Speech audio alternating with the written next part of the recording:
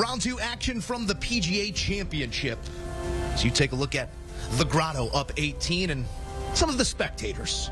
Slow and steady might not win this race. Collin Morikawa, he was off and sprinting here in round 2. Par 4 fifth, his 14th of the day from 17 feet to the bottom.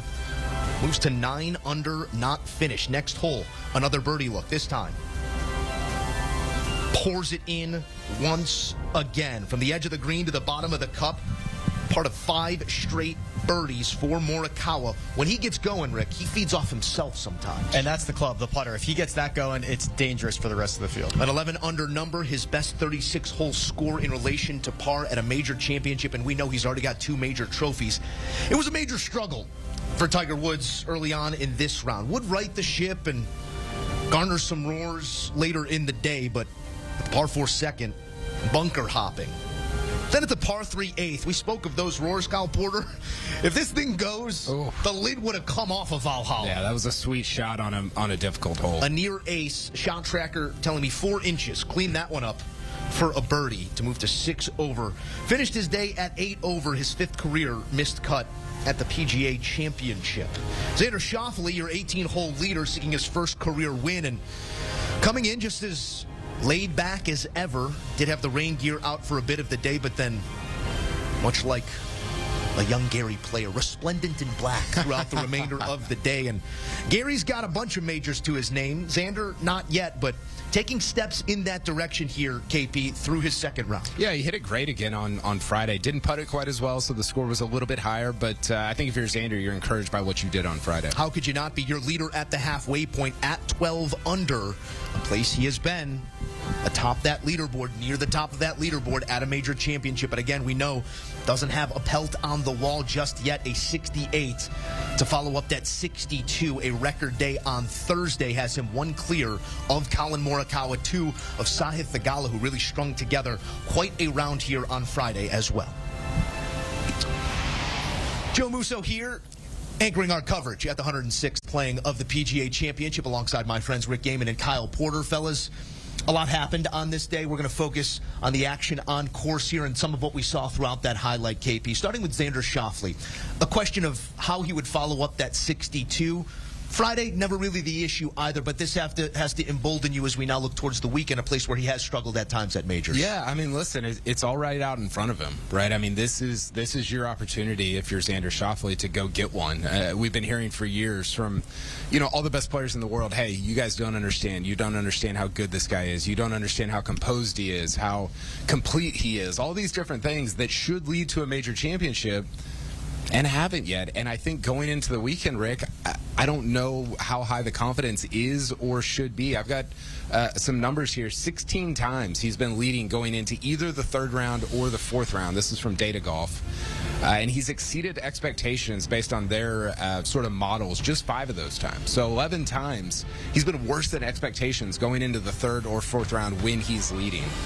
His scoring average in round 4 is not very good on the PGA Tour this year. So it's been a great first 2 rounds. I don't think my confidence is very high that he's going to get it done this weekend at Valhalla. The models can pump out numerical expectation, but expectation internal for Xander Schauffele has to be only heightening with each failure.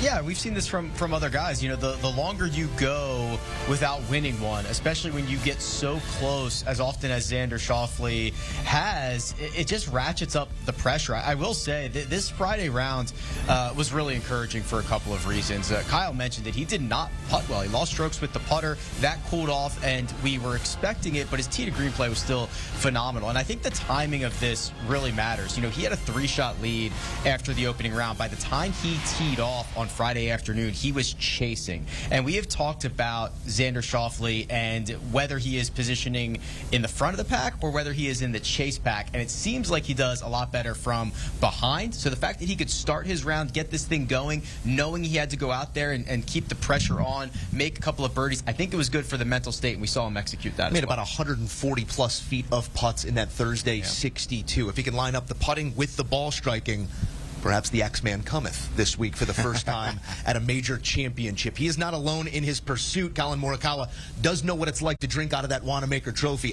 Accidentally knows what it's like with that lid coming off at Harding Park. But he would know what to do with it if he got his hands on it again, taking a big stride in that direction. That 5 straight birdie streak, gave one back just to keep him honest, but in striking distance, and I think striking is the operative word, few hitting it better than Collin Morikawa this week, KP. Yeah, absolutely. It's been kind of dartboard greens. We saw even early on Thursday just pitch marks all over the place on these greens, which is not something you normally see at a major championship, but it's played right into his hands, Rick. He's not somebody that we came in necessarily super high on. I don't think either one of us, just because it's been kind of off and on. But man, the major championships, he's been solid. 8 top 10s since the start of 2020. And I've got a number here. This is from Justin Ray. We've been talking about history all week, right? We've been talking about Brooks Koepka getting his 6, or Jordan Spieth completing the career slam, or Scotty Scheffler maybe a calendar year slam, or Rory getting his 5th. Collin Morikawa has a real chance at history this weekend. He's playing his 18th major championship. This would be his 3rd win in his first 18. Jordan Spieth got 3 in his first 19.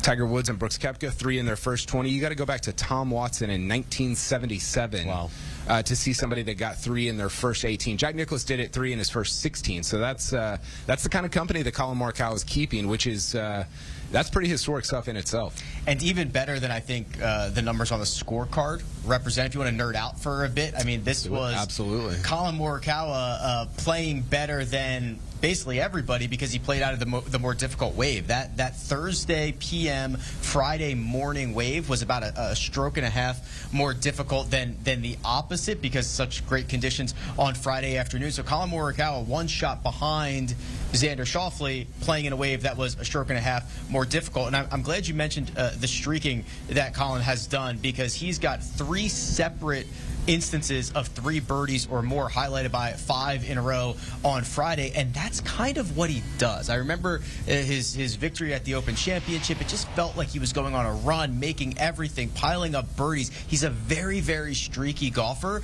and that high ceiling allows him to contend in these major championships. Played 36 holes. He's been on a birdie streak 11 of those 36 holes. It's heady space historically and numerically when it comes to what Collin Morikawa has in front of him this weekend at the PGA Championship. And really, fellas, you talked upon it, you touched about it, other way around, but it's a soft and gettable golf course. It's right in front of those guys. It will be on Saturday and on Sunday. Someone's going to have to go take it. KP, give me a name, someone you're going to be watching closely you expect to make a move on Saturday. Well, obviously all the guys at the top, and we mentioned Scheffler in the previous segment, but one guy that I'm watching that we haven't talked about yet is Bryson DeChambeau. He finished 9 under through his first 2 rounds, finished with the 65 on Friday, kind of came out of nowhere. He was playing in that kind of behind the late, bigger featured group type groups, and he came in hot at the end, guys. I mean, he came rolling into the finish line, and it was like, oh yeah, Bryson DeChambeau in the top 5 in this field. He had a really good second round here, and he's hitting the ball great. I mean, and I think this is a golf course where sometimes he gets in a little bit of trouble, Rick, when he's got those kind of half shots, those knockdowns, those weird wedge shots. We saw this at Augusta. He hits it in the water on 15. Here he can take some fuller, bigger swings, kind of try to get stuff out of the rough here and hit some of these greens, and he's doing that really well through his first 2 rounds so far. But a bit of the inverse of what we've seen at majors of late, gets himself into contention early and then fades. Do you think this serves him to be matriculating his way up the leaderboard? Well, we could try a different path, right? We'll try something new this time. It hasn't worked out in the other ways, and I think that when you look at his skill set on this golf course, one of the big things leading into the week has been club head speed. That's distance off the tee and the ability to extract yourself, Joe, out of that thick rough. Your name to watch on Saturday is who? Yeah, Viktor Hovland. He got in at 8 under, so he's 4 shots off the lead. He had a hole out from 76 yards, which is something he seems to do on a weekly basis. And 2023 was a magical year for Victor. He won the FedEx Cup, and 2024 has been miserable. He'll be the first to tell you that.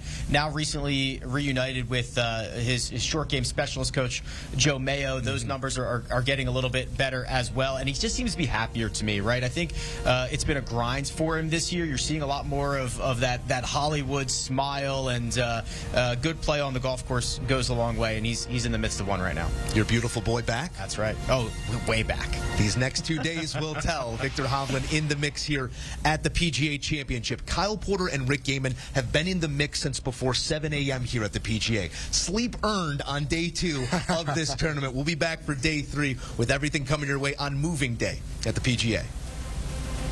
And don't forget this weekend, the thrilling conclusion coming your way Saturday and Sunday, 1 Eastern time on CBS and Paramount Plus. Our award-winning team, Jim Nance, Trevor Immelman, and the whole gang putting words to history here at Valhalla.